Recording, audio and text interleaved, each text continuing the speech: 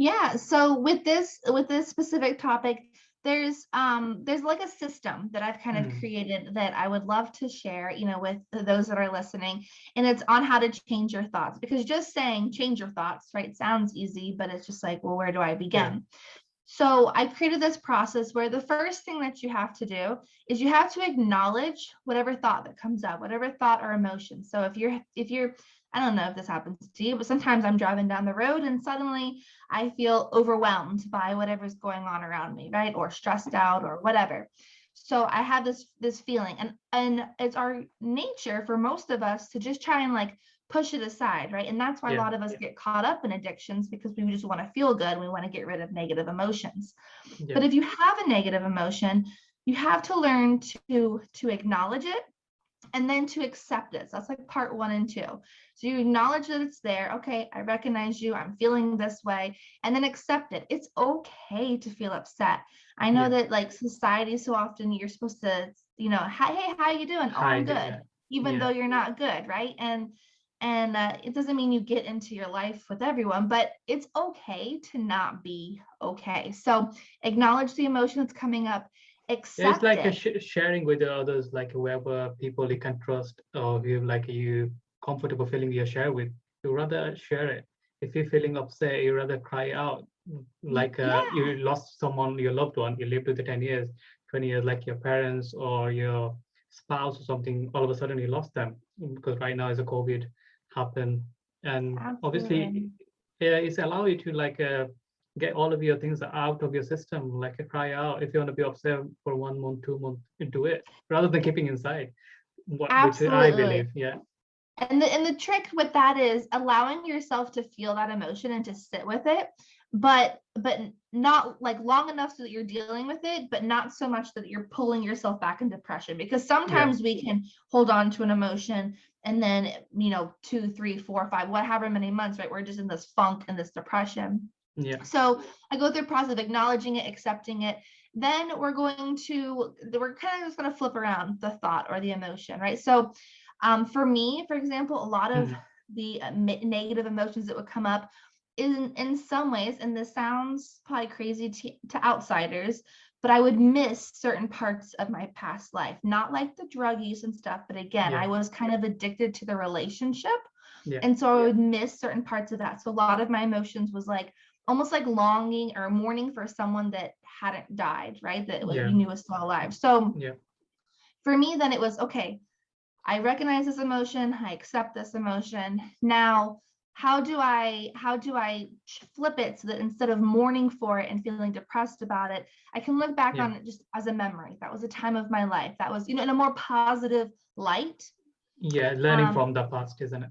learning from the past, Yeah, exactly. And so maybe it is a situation though where you have lost a loved one, so instead of mourning the actual loss of that, and I've lost many loved ones in my life, I yeah, understand that pain, but try and look back on those good times, right? So whatever it is yeah, that you're feeling, try to find the positive in it, and it can be hard, but that's like the practice. And then you release it, right? you so yeah, you accept it, you acknowledge it, you accept it, kind of retrain the thought, and then you release it, you let it go, and you go about your day. And this may happen to you 20 times a day, right? You yeah, may have to go through this process. And it depends on for what it's for, right? There's certain topics that I still do this, right? Maybe hmm, once a week on a certain topic.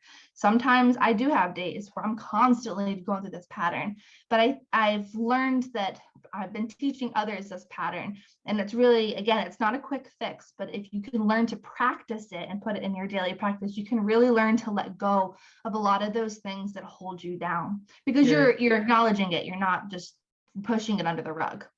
Yeah, definitely. It's not like a one-day fix because these things, the past memory of yours, the trauma you had, the sorrow, sadness, everything, the anxiety, the fear for future because of your past, it's not going to go within a one day Absolutely. because the system, our brain, and everything is learned from the past years and years. So obviously, it takes months and could be years for a different person is different. Yes. For my same things to change, like because I lost my parents from the age of 14, and both Oh, of them died on within 90 days a time of period. And Mhm. right now, if I lose someone, it's not going to be that hard compared to that time because the system and the pattern is gone because already lost loved ones. So I know how to process things right now better than before. Mhm. But some people haven't lost anyone yet. They're probably 30 years old or 40 years old, and they never experienced that kind of loss. So for them, getting into the system could be take 5 years, 10 years. But obviously, if you improve Absolutely. yourself 1% a day, eventually you'll get there.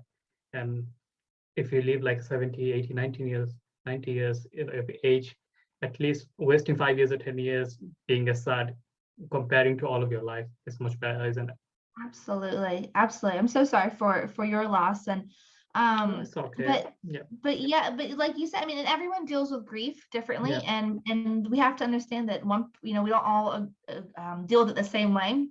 And so that's why I realized this pattern though that I've kind of created, you can apply to anything, and yeah. anyone can go through it however it fits for them and it feels for them. Like I said, just the biggest thing is giving them permission to grieve. I think Mm, that is a big part. Or giving them permission to be angry or whatever that negative emotion is, because the world around us is we should be happy all the time, and yeah, that's just not realistic. That's not life. no, yeah. You'll have a ups and down days. So obviously we have to be in between every single day. Yes. So the stress gonna come from work, stress gonna come from your family members, kids. There's life is imbalanced. Sometimes it's like right now is a COVID. Sometimes is the flood happening in all of the world, natural disaster. So you don't know what's on our way, or could be like we can get like a unhealthy disease or something. So, Yeah. yeah, life is Just uncertain. learning to deal with life in a healthier way instead of relying on substances or bad habits to Yeah. fill that void. Yeah, and I found out like about 95% of the time, all of our problem is the reason is the thoughts, which one you talked about, and thoughts and the mindset is the most important thing with everything. Oh So all yeah. of them chaos, we're comparing with others, we're comparing with the past relationship, past failure, on where we're gonna head in the future, uncertain future, or thinking about where we're gonna achieve, wherever. So a lot of things in our thoughts and everything in our thoughts. So fearing our job, Oh yeah. even though we achieve some kind of success, then we are thinking of losing that. Some of them like And got that's Instagram followers like 200,000 or 1 million. They're thinking about, oh, my account get banned. So another fear is there, even though they achieve success. it's so true. And we Yeah, dwell on these fears that may or may not even happen. And so that's another part of what I try and focus on. And I just teach what I practice, yeah, because I'm very much the mindset like, yes, I do think of things in the future, right? Because that's part of like planning. Okay, if this happens, what am I going to do? That's, you don't want to just go about life with your head in the sand, pretending everything's perfect. yeah, But at the same time, I've I focus on, okay, whatever the situation is, what can I control about it now? Right? If I can't control that situation, if I can't do anything to change it, right now, yeah, then that's not what I really need to be focused on. Again, it's, definitely. you still have a plan, but I always try to stay focused on, all right, what is the situation? What can I do about it? And just focus on that, because you will drive yourself crazy Yeah. if, and unfortunately our country and everything, we have so much depression I because know. people are so worried about everything all the time. Yeah, Sometimes it's for legitimate reasons, but it's, we need to stay focused on what we can do at the situation and make that change. yeah, yeah, definitely. So do you want to say something for our audience